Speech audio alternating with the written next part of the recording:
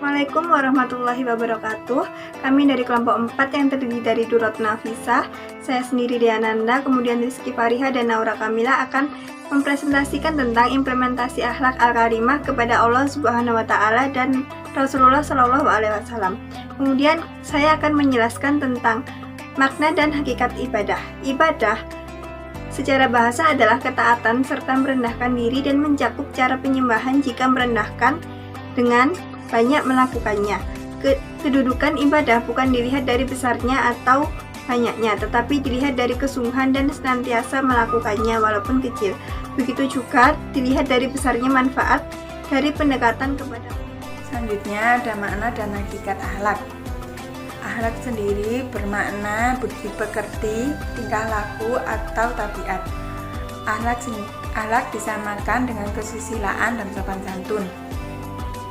Akhlak Islami dalam tatanannya adalah perangkat tata nilai bersifat samawi dan azali yang mewarnai cara berpikir, bersikap, dan bertingkah seseorang muslim terhadap dirinya, kepada Allah dan Rasul-Nya, dan terhadap sesamanya dan terhadap lingkungannya.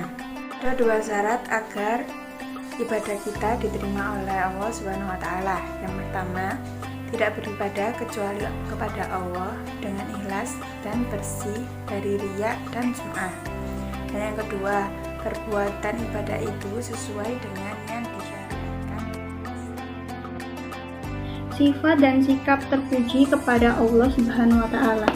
1. Takwa adalah seseorang yang memiliki ketaatan kepada Allah atas cahaya atau petunjuk dari Allah karena mengharapkan rahmat-Nya, dan ia meninggalkan maksiat karena cahaya atau petunjuk dari Allah karena takut atas siksaannya.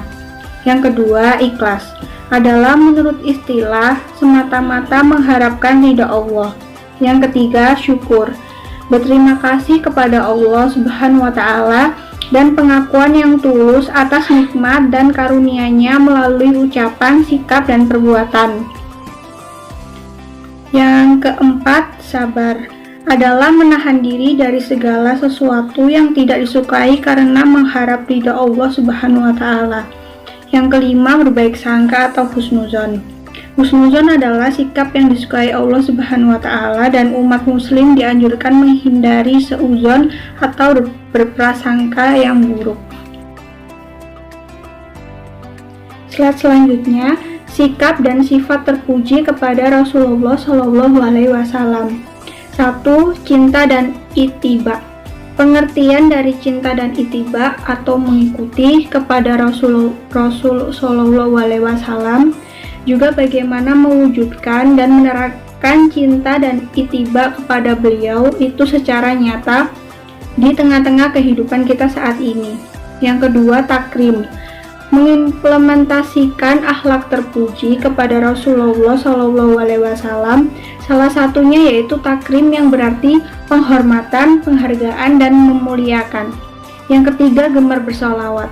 Sholawat merupakan jembatan agar kita mencintai Nabi Shallallahu alaihi wasallam. Wujud cinta kita kepada Nabi adalah dengan sholawat, dan sholawat menyempurnakan jati diri sebagai seorang muslim.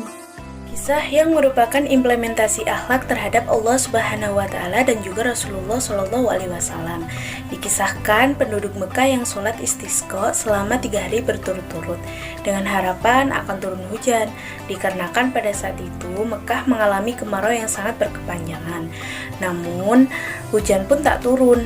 Oleh karena itu, ahli sufi terkemuka Abdullah bin Al-Mubarak memutuskan untuk mengasingkan diri dan memohon kepada Allah agar turun hujan. Kemudian ia menuju gua.